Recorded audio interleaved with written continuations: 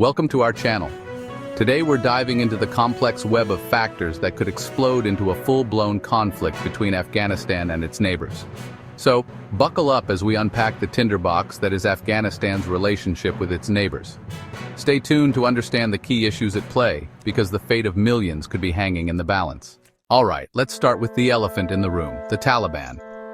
Their presence in Afghanistan has been a point of contention for decades.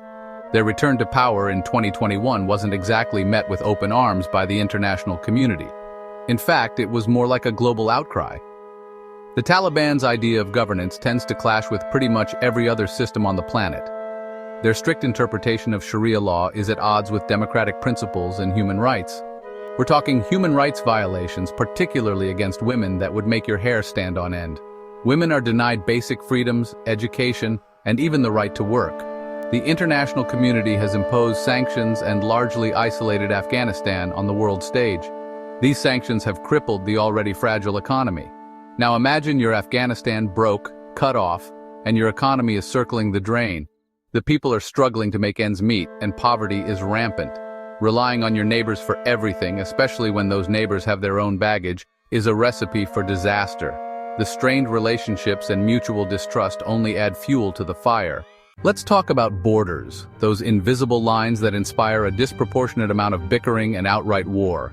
These lines, often drawn without much thought, have led to countless conflicts and disputes over the years. Afghanistan, a landlocked nation with a long and complicated history, has Pakistan on one side, Iran on the other, and unresolved territorial claims that have persisted for decades. Afghanistan sits on resources everyone wants: water, natural gas, you name it. These resources are not just valuable, they are essential for the survival and prosperity of the region. Take the Durand Line, for example, a 640-kilometer scar separating Afghanistan from Pakistan. This line has been a source of endless disputes and conflicts. It's a legacy of the British Empire, drawn with complete disregard for local tribes and ethnic groups. The arbitrary nature of this boundary has caused immense suffering and division among communities. The result? Decades of tension and cross-border skirmishes. These skirmishes have not only strained relations but have also led to loss of lives and property. And don't even get me started on the Helmand River, a major point of contention between Afghanistan and Iran. This river is crucial for both countries, making its control a highly sensitive issue. With climate change adding fuel to the fire, tensions are running higher than ever. The scarcity of water and other resources is exacerbating existing conflicts, making the situation increasingly volatile. Water wars. The fight for every drop. Afghanistan controls the headwaters of some of the region's most important rivers. Downstream neighbors like Uzbekistan and Turkmenistan rely on those rivers to irrigate crops and quench their people's thirst. Afghanistan, with its growing population, is starting to use more of that water for itself. Those rivers aren't just waterways, they're potential flashpoints for conflict, with countries eyeing each other suspiciously across the shrinking streams. Extremist groups, Afghanistan's unwanted house guests. Afghanistan has always been a magnet for extremist groups like ISIS-K and Al-Qaeda. Even with the Taliban in charge, Afghanistan remains a haven for these unsavory characters. These groups have bigger, bolder, and much more terrifying plans. They're a regional threat, capable of launching attacks across borders and destabilizing the entire region. While the Taliban might be calling the shots in Kabul, these other groups have the potential to turn the entire region into a living nightmare. The Great Game 2.0- proxy wars and international intrigue. In this modern era, the stakes are higher and the players are more numerous. Afghanistan is located at the crossroads of everything, making it a coveted prize for superpowers. China wants resources, especially rare earth minerals, crucial for technology and industry.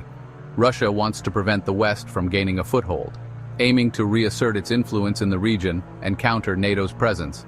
And India and Pakistan are locked in rivalry, each seeking to outmaneuver the other in a high-stakes game of regional dominance. The United States, after 2 decades of war, is unwilling to completely abandon Afghanistan, fearing a power vacuum that could lead to further instability.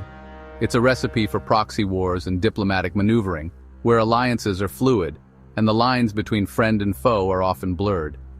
Everyone wants a piece of the pie, but nobody wants to be seen as the bad guy. The stakes are high, and the consequences of missteps could be catastrophic. Afghanistan finds itself a pawn in a game it didn't ask to play, and the consequences could be devastating. The people of Afghanistan bear the brunt of these geopolitical struggles, caught in a cycle of conflict and uncertainty. A glimmer of hope? Don't count on it, but maybe a little. We've got the Taliban's return, border disputes, water wars, extremist groups, and enough geopolitical intrigue to make your head spin. While these factors increase the potential for conflict, war is not inevitable. There's always hope that diplomacy might prevail and that cooler heads will materialize. In the meantime, we can stay informed, engage in constructive dialogue, and nudge the world in a less explosive direction. Thanks for watching, and don't forget to like, share, and subscribe for more insightful content.